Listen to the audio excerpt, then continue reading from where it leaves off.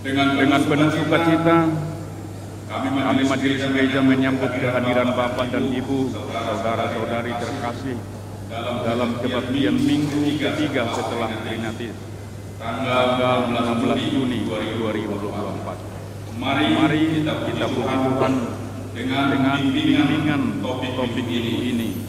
Hidup karena percaya, bukan karena melihat. Kita puji Tuhan dari buku nyanyian nomor 105 dari ayat 1 dan ayat 2.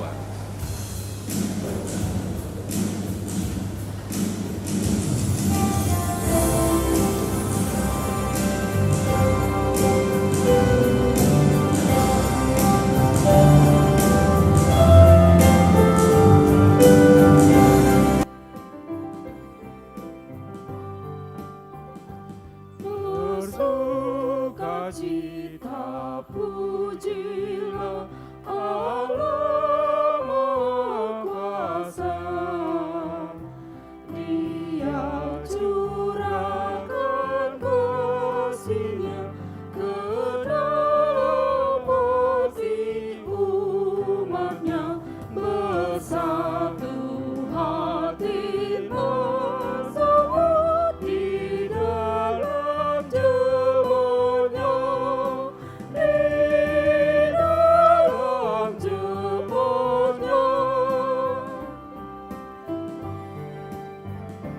Dan kita pun hendaknya memuji nama-Nya, Yesus penebus umat-Nya yang atas kasih-Nya, kesukaan diberikannya kini dan selamanya, kini dan selamanya.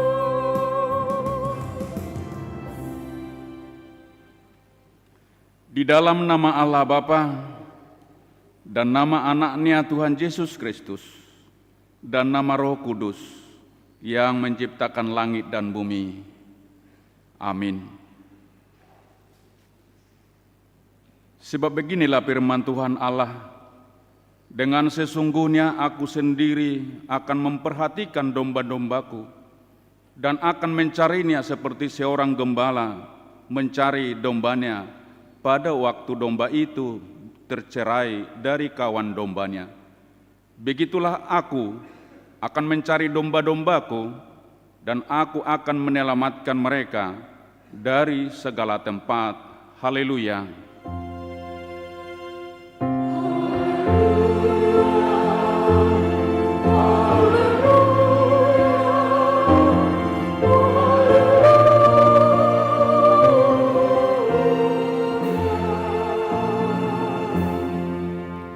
Kita berdoa.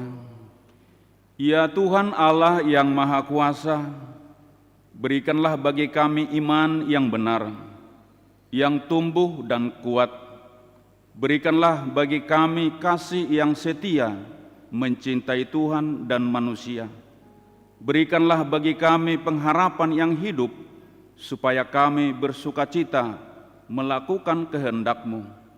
Dengarkanlah doa kami ini di dalam nama Anak-Mu, Tuhan Yesus Kristus Tuhan kami. Amin. Kita bernyanyi.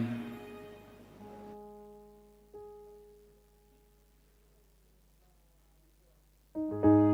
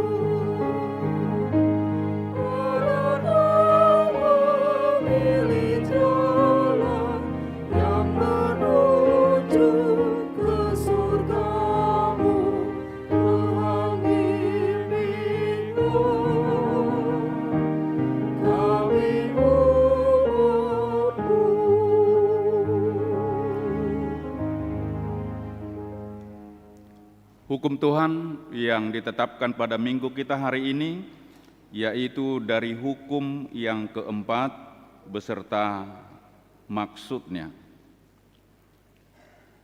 Hukum yang keempat, ingat dan kuduskanlah hari Sabat. 6 hari lamanya engkau bekerja dan melakukan segala pekerjaanmu. Tetapi pada hari ketujuh ialah Sabat bagi Allah Tuhanmu. Engkau tidak boleh bekerja pada hari itu, juga anakmu laki-laki atau perempuan, pembantumu laki-laki atau perempuan, ternakmu, atau orang lain yang berada di tempat kediamanmu. Sebab Allah menciptakan langit dan bumi dan segala isinya di dalam 6 hari. Kemudian Ia beristirahat pada hari yang ketujuh. Itulah sebabnya Allah memberkati hari itu dan menguduskannya. Maksudnya adalah kita harus takut serta kasih kepada Allah. Sebab itu jangan menganggap rendah akan ajaran dan firman Allah. Hendaklah kita menganggap itu kudus, dan hendaklah kita tekun mendengar dan mempelajarinya dengan gembira. Demikian hukum Tuhan, marilah kita sama-sama meminta kekuatan dari Tuhan. Ya Tuhan Allah, kuatkanlah kami melakukan yang sesuai dengan hukum-Mu. Amin. Kita bernyanyi.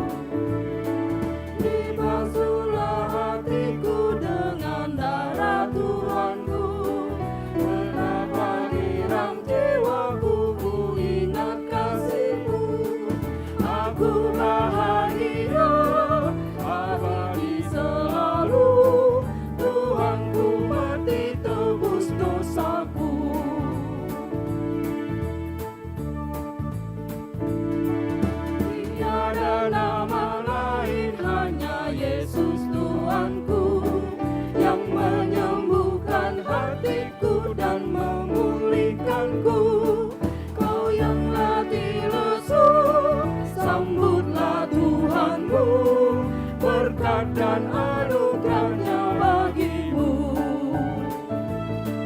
Dibasuhlah hatiku dengan darah Tuhanku. Betapa girang jiwaku ku ingat kasih-Mu. Aku bahagia abadi selalu. Tuhanku mati tebus dosaku.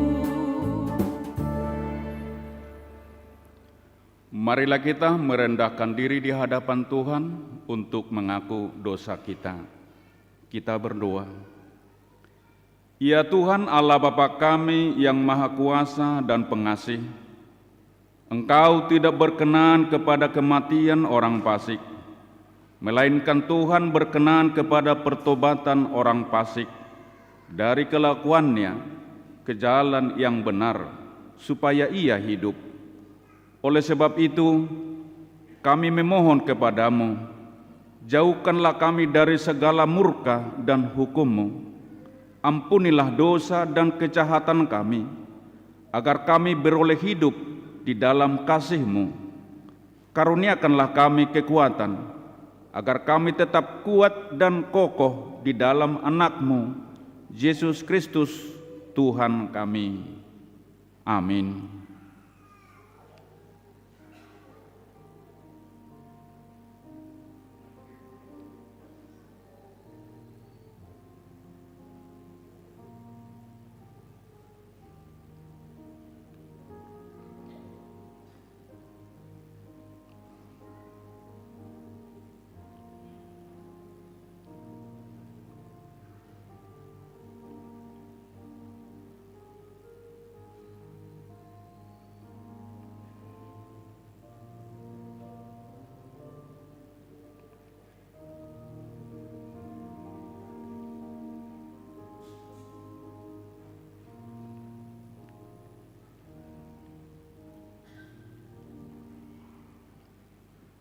Janji Tuhan tentang pengampunan dosa. Demikianlah firman Tuhan, Aku telah menghapus segala dosa pemberontakanmu, seperti kabut diterbangkan angin, dan segala dosamu seperti awan yang tertiup. Kembalilah kepadaku, sebab aku telah menebus engkau. Kemuliaan Allah di tempat yang maha tinggi. Amin. Kita bernyanyi.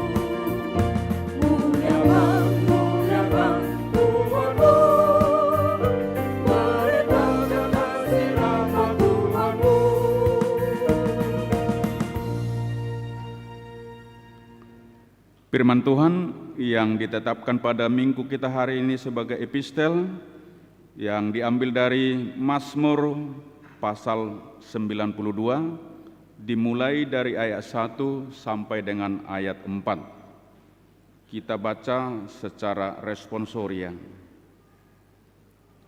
Tuhan Hakim yang adil. Mazmur nyanyian untuk hari Sabat.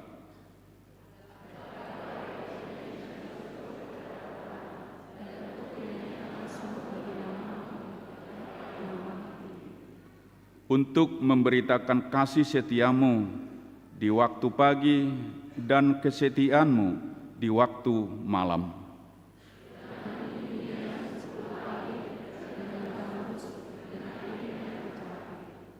Demikian firman Tuhan, berbahagialah orang yang mendengarkan firman Tuhan serta melakukannya.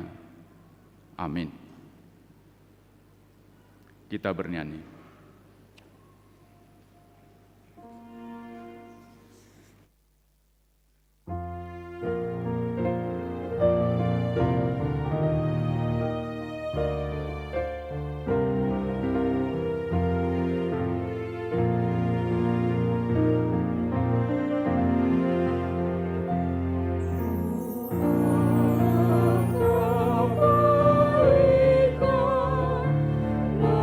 Lebur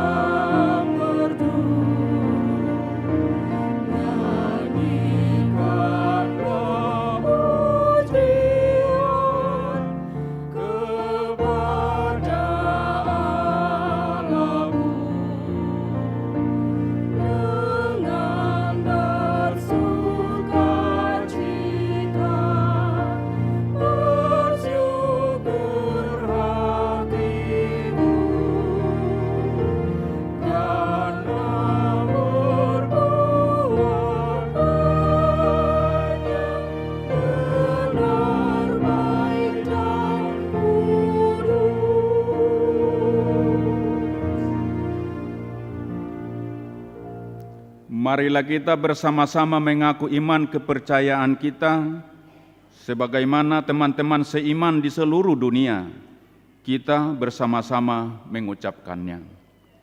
Aku percaya kepada Allah, Bapa yang Maha Kuasa, Khalik langit dan bumi. Aku percaya kepada Yesus Kristus, Anak-Nya yang tunggal Tuhan kita, yang dikandung daripada Roh Kudus, lahir dari anak darah Maria, yang menderita sengsara di bawah pemerintahan Pontius Pilatus, disalibkan, mati dan dikuburkan, yang turun ke dalam kerajaan maut, pada hari yang ketiga bangkit pula dari antara orang mati, naik ke surga, duduk di sebelah kanan Allah, Bapa yang Maha Kuasa. Dari sana akan datang kelak untuk menghakimi orang yang hidup dan yang mati. Aku percaya kepada Roh Kudus dan adanya satu gereja yang kudus, persekutuan orang kudus, pengampunan dosa, kebangkitan daging, dan hidup yang kekal. Amin.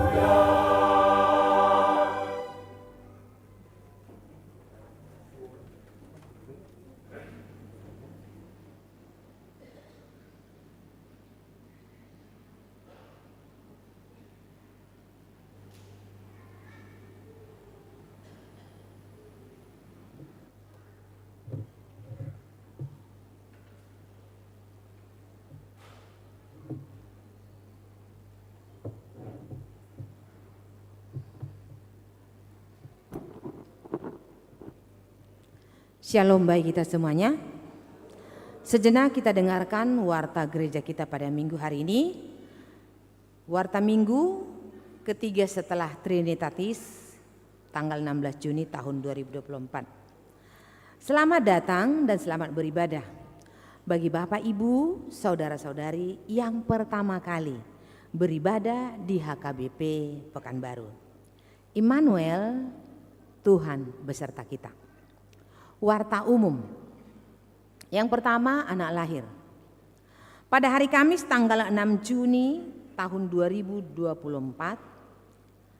telah lahir seorang putra bagi keluarga H. Hutagalung, Ibu Buru Sinaga, alamat Jalan Proyek Baru Sektor Rintis. Ibu dan anak dalam keadaan sehat. Yang kedua, warta pemberkatan nikah. 1. Warta kedua akan menerima pemberkatan nikah Rinto Sitompul ST, putra dari Bapak Bukti Sitompul, Ibu Sintua Mauli Boru Simanjuntak SPD, alamat Pulau Halang Muka, Kecamatan Kubu Babu Salam, Kabupaten Rokan Hilir.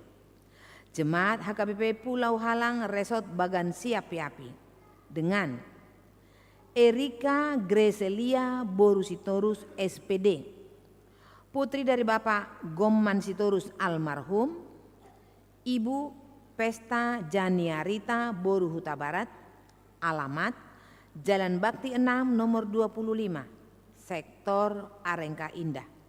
Jemaat HKBP Pekanbaru Resort Pekanbaru.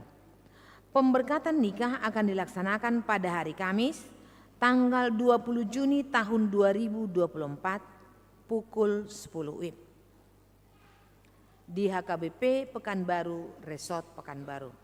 Konseling pranikah pada hari Rabu tanggal 19 Juni tahun 2024 pukul 10 WIB di ruang konseling HKBP Pekanbaru. Yang kedua, warta pertama akan menerima pemberkatan nikah Berlin Bastian Alfonso Saragi, putra dari Bapak Buliher Saragi, Ibu Monika Boru Tampu Bolon, alamat Jalan Sidorukun Gang Toba nomor 23, Sektor Labu Baru Barat. Jemaat HKBP Pekanbaru Resort Pekanbaru dengan Cintia Boru Simanjuntak, putri dari Bapak Eliezer Simanjuntak, Ibu Lilis Florida Magdalena Boru Siahaan, alamat Jalan Sutomo Gang Selamat nomor 31, Sektor Rintis. Jemaat HKBP Pekanbaru Resort Pekanbaru. Pemberkatan nikah akan dilaksanakan pada hari Sabtu tanggal 29 Juni tahun 2024 pukul 10 WIB di HKBP Pekanbaru Resort Pekanbaru. Yang berikut jemaat pindah. Mulai minggu hari ini tanggal 16 Juni tahun 2024 telah pindah jemaat gereja kita Dr. Kevin Yosua Padang, Naposo, alamat Jalan Ubar 4 nomor 1 Sektor Pandau Permai, pindah ke GKI Bandar Lampung. Yang berikut jemaat meninggal.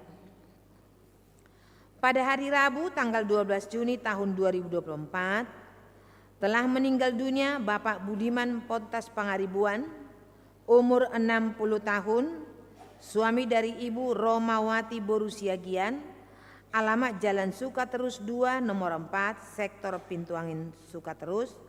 Dan pada hari Rabu tanggal 19 Juni tahun 2024 di pertanian Sektor Pintu Angin Sukaterus akan diadakan penghiburan bagi keluarga.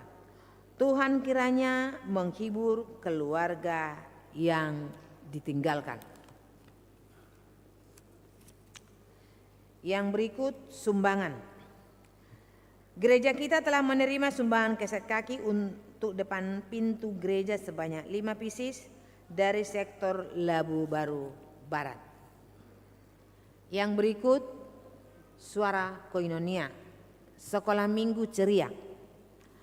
Dalam rangka mengisi liburan sekolah minggu mengadakan kegiatan berupa 1. Kegiatan membatik yang akan dilaksanakan pada hari Senin tanggal 24 Juni tahun 2024 pukul 9.30 sampai 11.30 WIB, bertempat di gedung sekolah minggu dibina oleh instruktur Dekranasda Riau. Anak-anak yang mau mengikuti akan dikenakan biaya kontribusi Rp30.000 per anak sebagai pengganti bahan dan alat. Yang kedua, kegiatan Shibori atau pewarnaan kaos yang akan dilaksanakan pada hari Selasa tanggal 25 Juni tahun 2024. Dimulai pukul 9.30 WIB, berakhir pukul 11.30 WIB, bertempat di gedung sekolah minggu dibina oleh Inang Desi Boru Purba. Anak-anak yang mau mengikuti akan dikenakan biaya kontribusi Rp40.000 per anak, sudah termasuk kaos. Anak-anak yang akan mengikuti kegiatan tersebut dari Horong 1 sampai Horong 3 dan dapat mendaftar kepada guru Horong masing-masing atau dapat menghubungi Ibu Nina Hutahayan, nomor HP terlampir. Yang berikut pengadaan dan pemeliharaan sarana.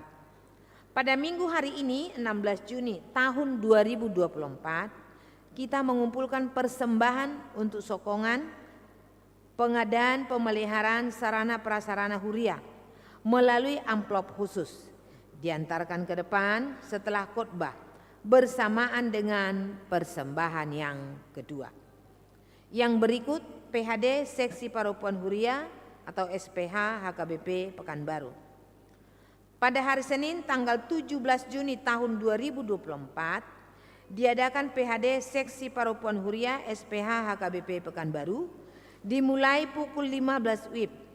Yang menjadi tuan rumah adalah sektor pesisir Rumbai, dan yang mengumandangkan lagu pujian adalah dari Paropuan sektor pesisir Rumbai, Ina Parari Kamis, dan Paropuan sektor Pintu Angin Sukaterus. Setelah ibadah dilanjutkan latihan kor untuk pesta puncak ulang tahun Sending HKBP. Diharapkan kehadiran semua paropuan Huria kita untuk mengikuti PHD tersebut. Yang berikut seksi lansia. Pada hari Selasa tanggal 18 Juni tahun 2024, senam osteoporosis dimulai pukul 7 WIB di halaman depan gereja, memakai baju olahraga warna biru. Yang berikut kebaktian Forum Paropuan Resort HKBP Pekanbaru. Kebaktian Forum Paropuan Resort HKBP Pekanbaru akan diadakan pada hari Senin tanggal 24 Juni tahun 2024 bertempat di HKBP Pandau Permai, masuk pukul 15 WIB. Yang berikut pesta Jubileum Sending HKBP yang ke-125. Pada hari Minggu tanggal 30 Juni tahun 2024, pesta puncak ulang tahun Sending HKBP yang dipimpin oleh Preses HKBP Distrik 22 Riau bertempat di HKBP Pekanbaru Resort Pekanbaru pada kebaktian pukul 11 WIB, dan seluruh paduan suara yang ada di gereja kita akan ikut dalam kebaktian tersebut dan mengumandangkan Kor Mars Sending. Pada ibadah pukul 7, pukul 9, pukul 17 tidak ada yang mengumandangkan kor atau paduan suara. Yang berikut suara diakonia 1 seksi kemasyarakatan. Sesuai dengan program kerja Dewan Diakonia Seksi Kemasyarakatan, gereja kita akan memberikan hewan kurban 2 ekor kambing kepada warga di sekitar lingkungan gereja HKBP Pekanbaru yang disampaikan kepada RT 1, 2, 3 dan dari RW 6 Kelurahan Sumahilang, Kecamatan Pekanbaru Kota, yang dilaksanakan pada hari Senin tanggal 17 Juni tahun 2024. Yang kedua, seksi kesehatan. Pada hari Minggu tanggal 23 Juni tahun 2024, Seksi Kesehatan mengadakan kegiatan donor darah dan screening penyakit tidak menular yang bekerjasama dengan PMI bertempat di ruang serbaguna atau ruang konsistori lama, dimulai pukul 7 WIB sampai dengan pukul 12 WIB.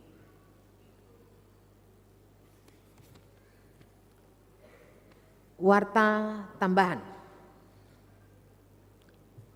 Pada hari ini, Minggu tanggal 16 Juni tahun 2024 pukul 4.30 WIB, telah meninggal dunia Bapak Bernard Hutapea, umur 65 tahun, suami dari Ibu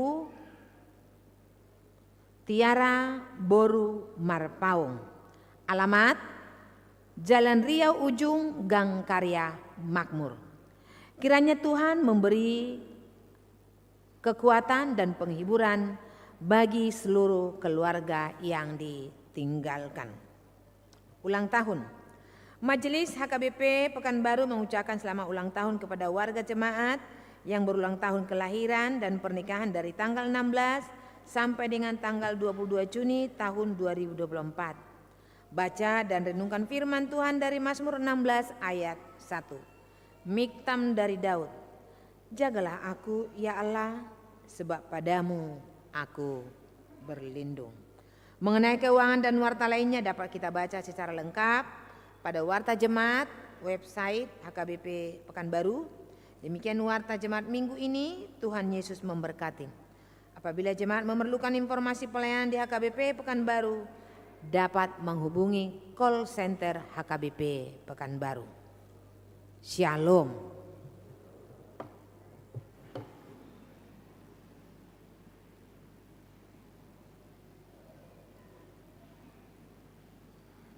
Kita bernyanyi sambil mengumpulkan persembahan 1A dan 1B. Berbahagialah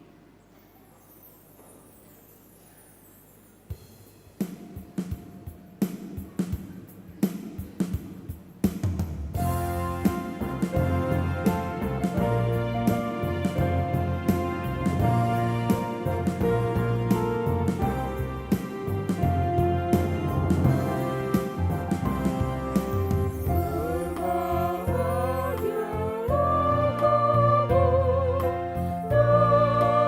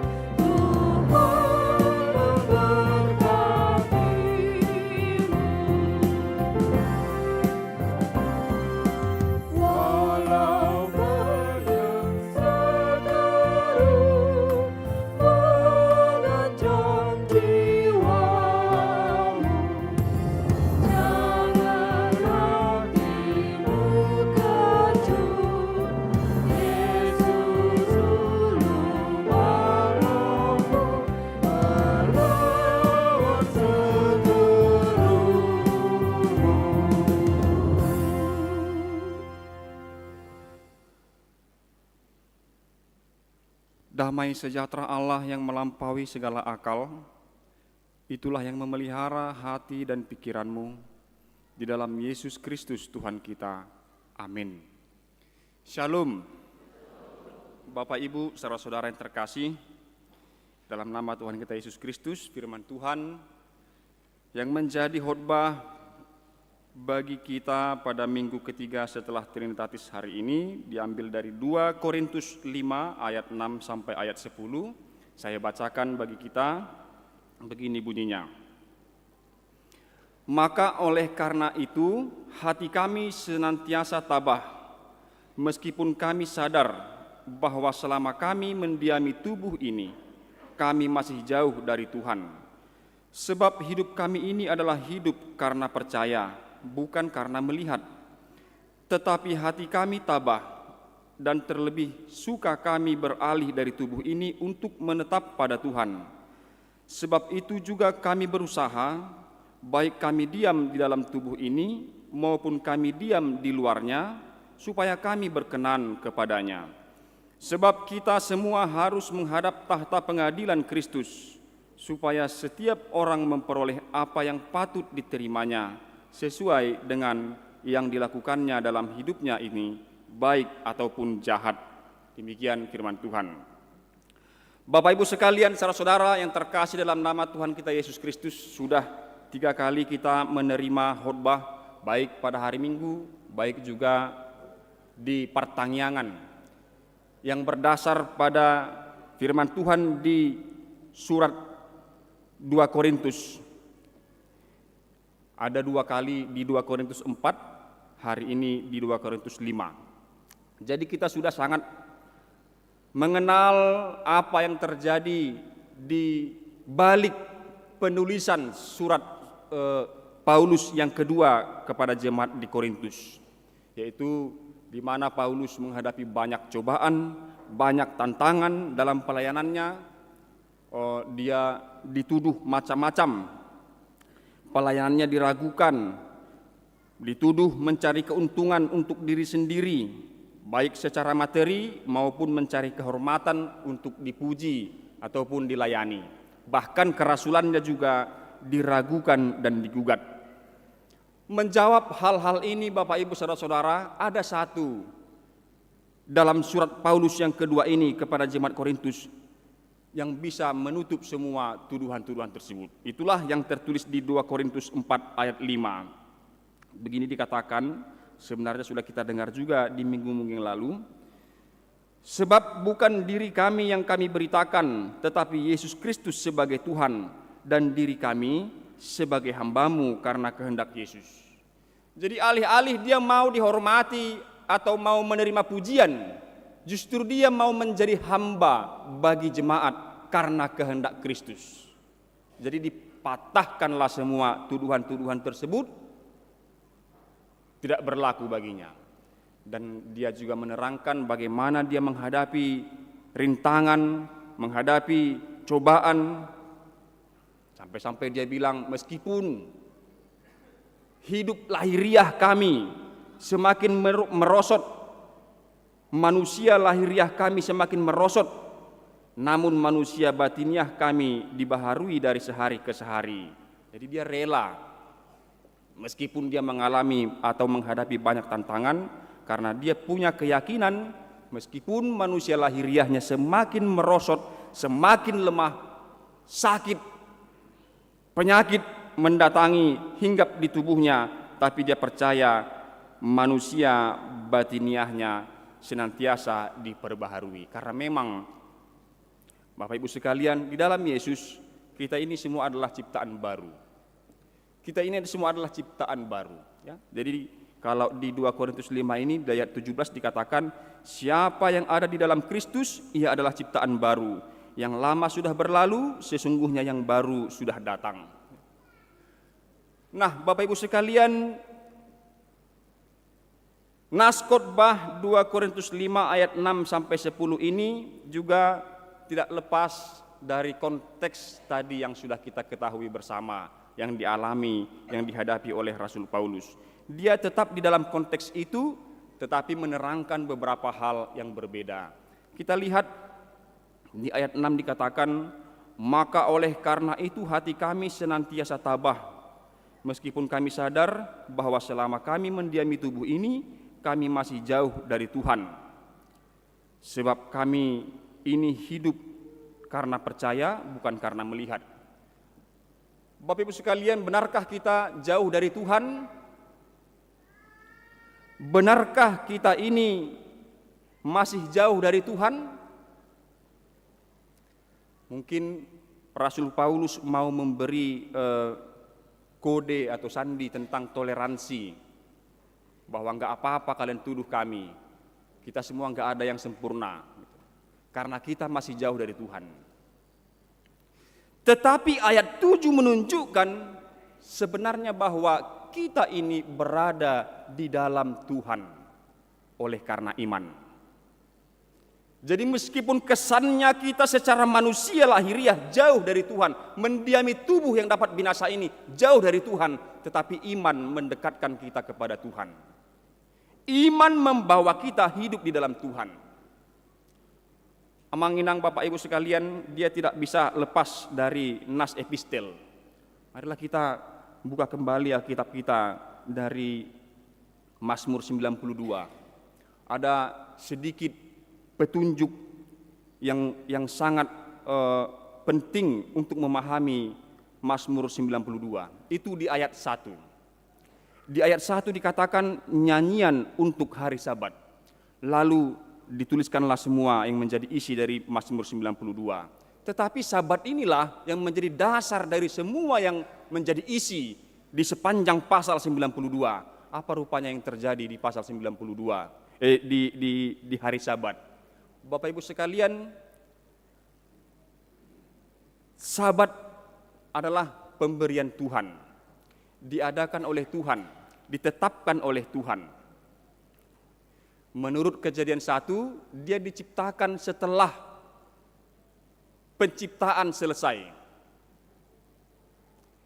Di Kejadian 2 disebut dia hari peristirahatan, hari perhentian. Meskipun kita tahu bahwa Allah tentu saja tidak pernah berhenti bekerja, Allah tidak lelah, Allah itu bekerja. Jadi di Yohanes 5 ayat 17, Bapakku bekerja sampai sekarang, maka aku pun turut bekerja, kata Tuhan Yesus. Jadi Tuhan itu selalu bekerja.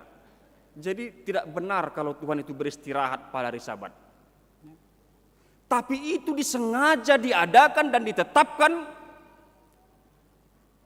diberkati dan dikuduskan. Nanti dia kelihatan, ternyata dia diciptakan untuk manusia. Setelah manusia, umat Israel diperintahkan untuk turut mengingat dan menguruskan hari Sabat, kelihatanlah alasan-alasannya. Ya. Jadi di Keluaran pasal 20, di Ulangan pasal 5, di mana hukum Taurat dituliskan, kelihatan alasan-alasannya supaya semua istirahat. Enggak cuma kamu yang istirahat, pembantu-pembantumu pun istirahat, budak-budak juga beristirahat. Bukan hanya budak, bukan hanya manusia, bahkan ternak juga beristirahat. Jadi agar pada hari itu semua orang dimerdekakan. Supaya semua orang pada hari Sabat merasakan kemerdekaan. Nanti dia sampai lagi kepada tahun Sabat. Tahun Sabat itu adalah tahun 7 tahun, di 6 tahun orang Israel bekerja, di tahun ke-7 mereka berhenti menjadi Sabat bagi Tuhan. Di hari itu semua orang berhak untuk masuk ke sebuah ladang dan mengambil apapun yang tumbuh di atasnya, di dalamnya. Jadi yang punya ladang, yang punya kebun, yang punya sawah tidak boleh menabur, menyemai atau membersihkan. Itu semua dibiarkan tumbuh sendiri, dibiarkan begitu saja, tapi semua orang boleh masuk untuk mengambilnya. Itu di Imamat 25. Jadi itu juga menjadi kemerdekaan bagi semua orang. Banyak orang-orang miskin datang ke ladang itu di tahun ke-7 untuk mengambil hasilnya untuk kebutuhan hidup sehari-hari. Dan berlanjut lagi Bapak Ibu sekalian, di tahun Yobel 7 kali tahun Sabat, artinya 7 dikali 7 49, maka di tahun ke-50 disebut tahun Yobel. Maka di tahun itu semua tanah yang tadinya digadaikan, yang tadinya harus dijual karena kebutuhan sehari-hari yang sangat mendesak, di tahun ke-50 harus kembali kepada pemiliknya tanpa tebusan. Itulah dia Bapak Ibu sekalian, Sabat itu diciptakan untuk manusia, untuk melayani manusia, supaya pada hari itu terjadi kemerdekaan bagi semua orang, supaya pada hari peristirahatan Allah itu semua orang juga turut beristirahat. Yang kaya beristirahat dulu dari kekayaannya, yang miskin juga beristirahat dulu dari kemiskinannya, karena ada kemerdekaan di situ. Inilah dia yang menjadi spiritualitas orang-orang percaya. Nah, tetapi yang terutama sebenarnya pada hari Sabat itu orang-orang Israel diundang Tuhan untuk beribadah. Ingat dan kuduskanlah hari Sabat Tuhan. Itu sebabnya Martin Luther menafsirkan itu menjadi supaya kita jangan sepele, itu istilahnya ya, kepada firman Tuhan, karena pada hari itu firman Tuhan diberitakan. Artinya itu adalah peribadahan. Jadi di hari Sabat sebenarnya orang-orang Israel diundang untuk beribadah pada hari itu, dan efek ibadah ini adalah kemerdekaan. Jadi orang-orang beribadah juga harus memerdekakan orang lain. Nah, jadi yang mau kita lihat sekarang Bapak Ibu sekalian, saudara-saudara yang terkasih dalam nama Tuhan kita Yesus Kristus, bahwa Sabat itu adalah pekerjaan Tuhan yang mau menolong kita supaya dimungkinkan bertemu antara bumi dan langit. Supaya dimungkinkan ada pertemuan antara langit dan bumi. Bagaimana itu terjadi? Yaitu manusia-manusia ini yang ada di dunia ini, yang ada di bumi ini, dipanggil Tuhan untuk datang ke hadapannya. Itu adalah hukum Sabat, hukum di hari Sabat, hukum Taurat yang keempat. Jadi kalau Tuhan tidak memanggil kita amanginang, nggak ada yang bisa kita andalkan untuk bisa datang ke hadapannya. Kita ini manusia penuh dosa, Tuhan Maha Kudus, tidak ada pertemuannya. Jadi kalau kita datang hari ini ke gereja ini, jangan ada di sini yang bilang, hari ini seminggu ini nggak ada dosa, berarti saya boleh datang ke gereja. Tidak, semua kita orang-orang penuh dosa. Tidak ada kita yang pernah lupa untuk berbuat dosa. Benar? Selalu ingat untuk berbuat dosa. Itulah sifat-sifat kemanusiaan kita. Tetapi karena Tuhan memanggil, Tuhan menciptakan Sabat ini, maka ada pertemuan itu. Maka dimungkinkanlah bertemu antara langit, menyimbolkan singgasana Allah yang Maha Kudus, dengan bumi ini, di mana semua yang di dalamnya penuh dengan dosa. Jadilah kebaikan Tuhan. Itulah yang menjadi dasar dari pemazmur untuk menyerukan kepada para pembaca mazmur ini di ayat 3, untuk memberitakan kasih setiamu di waktu pagi dan kesetiaanmu di waktu malam. Penyertaan Tuhan tadi. Jadi karena Tuhan sudah membuka dirinya untuk ditemui, untuk dijumpai, untuk datang ke hadapannya kita manusia berdosa ini, maka kita dilindunginya. Maka itulah yang mau menjadi berita, menjadi hal yang mau kita ceritakan, bahwa pada pagi hari kita memberitakan kasih setianya, dan pada waktu malam kita memberitakan kesetiaannya. Itu sebagai tanda bahwa Tuhan tidak pernah beristirahat menjagai orang-orang yang dikasihinya. Tuhan tidak pernah beristirahat, meskipun pada hari Sabat itu dia katakan hari peristirahatan, tapi dia tidak pernah meninggalkan orang-orang yang diciptakannya sedetik pun, dari pagi sampai malam. Dang olo nok matani si jaga Israel, Mazmur 121. Tidak pernah terlelap penjaga Israel. Maka dari itu Bapak Ibu sekalian, inilah beritanya.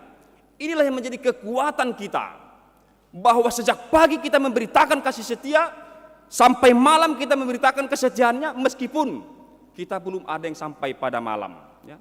Jadi simbol juga itu. Ya. Kalau dikatakan pagi, inilah kehidupan kita pada waktu hari masih terang, waktu kita masih hidup di dunia ini. Pada waktu malam juga adalah ketika kita sudah meninggalkan dunia ini. Ya. Tapi meskipun hari sudah malam, kita masih menikmati kesetiaan Tuhan. 2 Timotius 2 ayat 13. Kalau kita tidak setia, dia adalah setia karena dia tidak dapat menyangkal dirinya. Maka mari nikmati kasih setia dan kesetiaan Tuhan. Selagi kita hidup dan sesudah kita mati nanti, Tuhan tetap setia. Tuhan tetap menjaga kita. Itulah sahabat yang diberitakannya. Dan satu lagi, amang inang, Bapak Ibu saudara-saudara, apa yang dikerjakan Tuhan dalam sabat ini, mari kita ingat-ingat ya. Tuhan Yesus mati pada hari Jumat. Lalu pada hari Sabat atau Sabtu itu tak terjadi apa-apa. Lalu hari Minggu pagi Tuhan Yesus bangkit dari kematian. Mari kita fokus ke hari Sabat itu, hari Sabtu itu.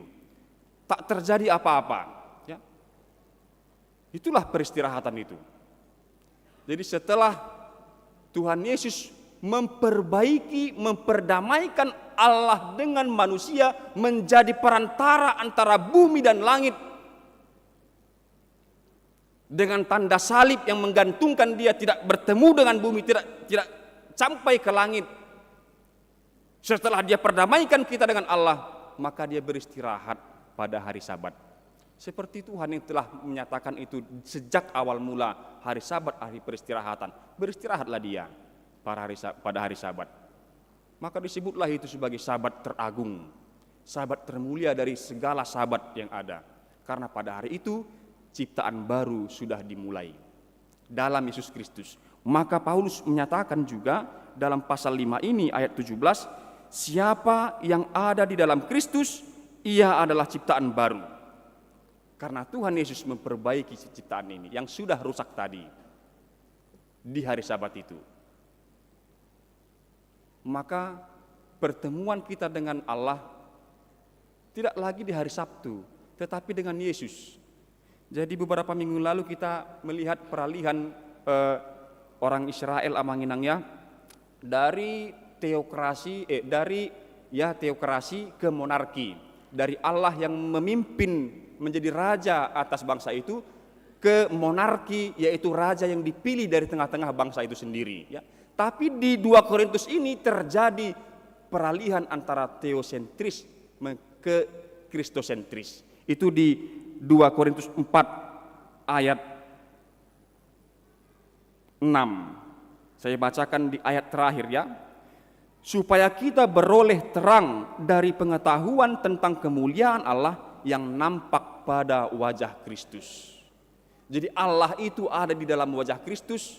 Dari tadinya Allah menjadi pusat perhatian kita, sekarang menjadi Kristus. Dari wajah Kristus kita melihat Allah. Maka Kristuslah yang sekarang menjadi penghubung kita, yang memungkinkan kita datang ke hadapan Allah, yang memungkinkan adanya pertemuan antara langit dan bumi, yang maha kudus dengan yang fana yang di dunia ini.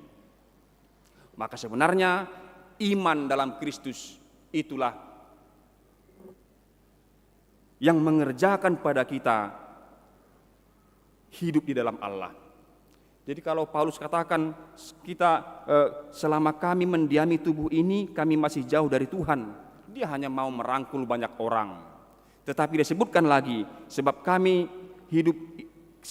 hidup kami ini adalah hidup karena percaya, bukan karena melihat. Tapi ada imannya yang mendekatkan dia dengan Tuhan, yaitu iman kepada Kristus. Maka kita bisa melihat melalui sahabat tadi, Bapak Ibu sekalian, Paulus yang mengatakan bahwa dia tidak memperhatikan hal-hal yang kelihatan, tetapi dia memperhatikan hal-hal yang tidak terlihat, karena yang kelihatan itu bersifat sementara, tetapi yang tidak kelihatan itu bersifat kekal. Itu di ayat 18. Jadi Bapak Ibu sekalian, inilah beritanya bahwa gerak hidup Paulus berangkat dari yang tidak kelihatan, yaitu iman yang mengerjakan baginya pendamaian dengan Allah melalui Kristus. Karena dalam Ibrani 11 ayat 1 dikatakan iman adalah pengetahuan dan kepastian, keyakinan atas segala sesuatu yang diharapkan dan yang tidak nampak. Ibrani 11 ayat 1. Karena itu Bapak Ibu sekalian, itulah yang menjadi sekarang berita bagi kita, bahwa kita sekarang tidak perlu lagi harus melihat yang nampak-nampak ini. Yang nampak-nampak ini sungguh sangat menyakitkan. Mari kita hidup oleh yang tidak kelihatan, yang tidak nampak, yang mengerjakan bagi kita keselamatan dan hidup kekal. Yang kelihatan ini amang-inang sangat menyakitkannya. Kita kehilangan keluarga, ya. Tadinya kita melihat, lalu kita kehilangan. Kita melihat jauh di sana, tapi kita tak dapat mencapainya, menggapainya. Ya, banyak orang-orang yang tidak dapat menggapai cita-cita. Banyak orang mau jadi astronot. Jadi kalau ditanya anak-anak TK mau jadi apa? Mau jadi astronot. Sekarang ketemu, udah kerja apa sekarang? Kerja di perusahaan A, kerja di perusahaan B, enggak jadi astronot. Banyak orang mau menjadi ini itu, tapi tidak. Itulah yang kelihatan itu. Bersifat sementara. Di ayat 18 dikatakan, semua yang kelihatan bersifat sementara. Jadi Paulus tidak menggantungkan lagi hidupnya pada yang kelihatan, tetapi yang tidak kelihatan, yaitu keselamatan yang sudah disiapkan oleh Tuhan. Kita juga jangan mau terpengaruh dengan hal-hal yang kelihatan. Lagi pula di dunia ini banyak hal yang tidak seperti yang terlihat, ya. Jadi jangan kita cepat-cepat mengambil tindakan, tidak terlalu reaktif dalam hidup ini. Mari kita tabah saja, ya, seperti Paulus. Maka Bapak Ibu sekalian, saudara-saudara yang terkasih dalam nama Tuhan kita Yesus Kristus, kita tidak lagi sekarang hidup dalam kefanaan dunia ini, tetapi dalam iman kita terhubung dengan Allah. Kita sudah bersama-sama dengan Allah, dan kepada kita sudah disediakan juga hidup yang kekal dari Tuhan. Maka hiduplah seperti sebagaimana orang-orang yang diselamatkan oleh Tuhan. Tidak bergantung dari yang kelihatan. Boleh kita kehilangan. Hari ini kita mendapatkan, besok kita kehilangan. Hari ini kita bersama, besok kita terpisah karena kematian atau apapun. Tapi Tuhan sejak pagi sampai malam tetap menjaga kita. Dan setelah nanti malam, setelah nanti selesai hidup kita, Tuhan sediakan bagi kita tubuh yang tak dapat binasa. Itulah dia keselamatan kekal. Tuhan memberkati kita sekalian. Mari kita berdoa. Terima kasih ya Tuhan Allah yang bertahta di surga, karena Engkau senantiasa mengasihi dan menyertai hidup kami, menyertai perjalanan hidup kami Tuhan. Meskipun kami sering tidak menyadari bahwa Engkau tetap mengerjakan keselamatan kami melalui iman kami Tuhan.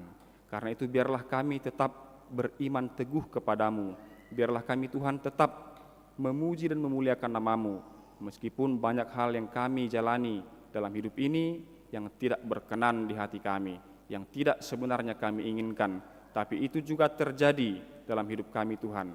Biarlah kami tabah seperti Paulus, biarlah kami kuat seperti Paulus yang menggantungkan hidupnya kepadamu saja Tuhan.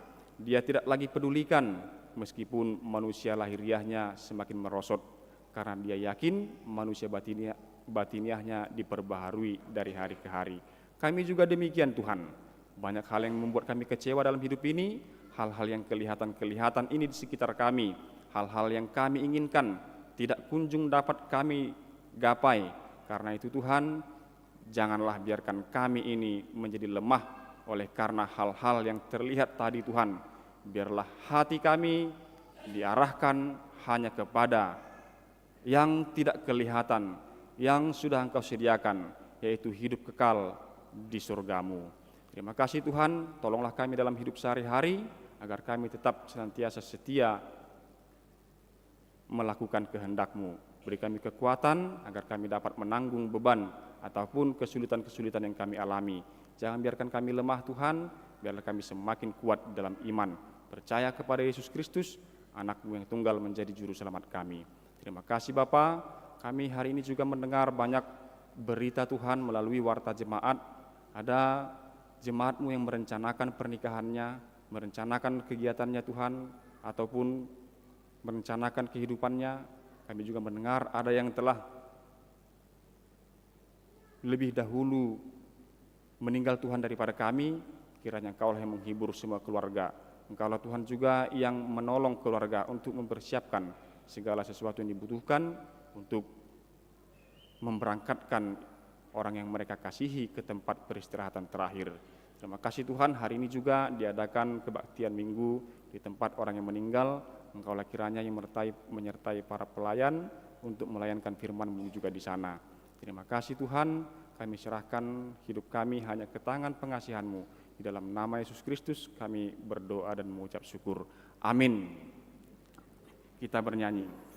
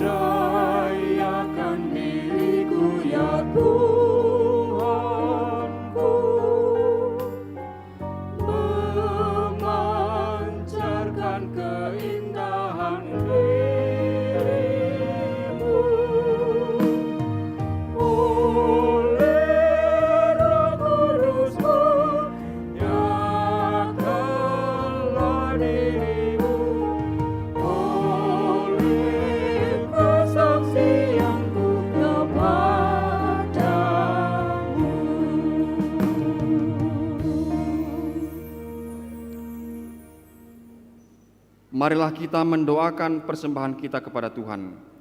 Ya Allah Bapa yang di surga, kami mengaku bahwa Tuhan adalah sumber dari segala karunia yang melimpah dalam kehidupan kami masing-masing.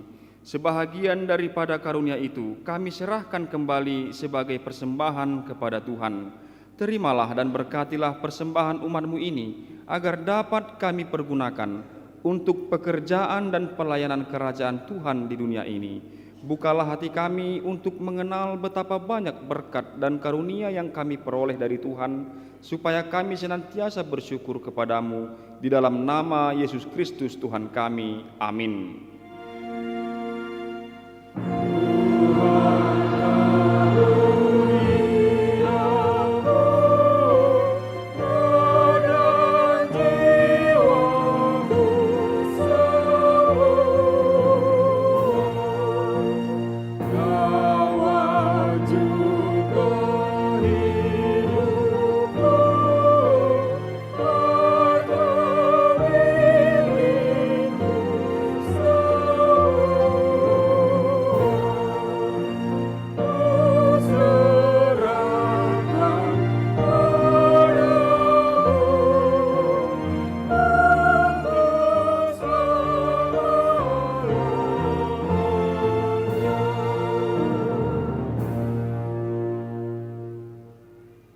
Bapa kami yang di surga, dikuduskanlah namamu, datanglah kerajaan-Mu, jadilah kehendak-Mu di bumi seperti di surga.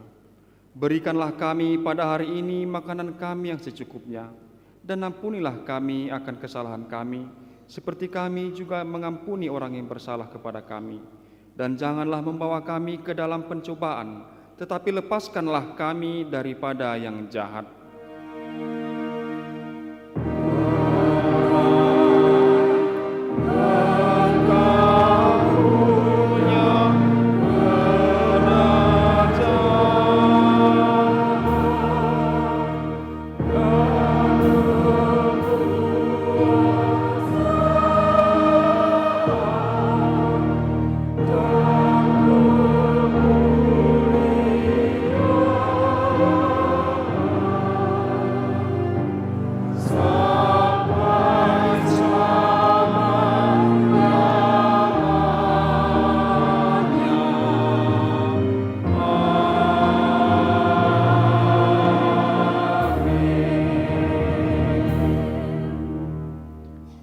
Dengan sejahtera dan terimalah berkat Tuhan.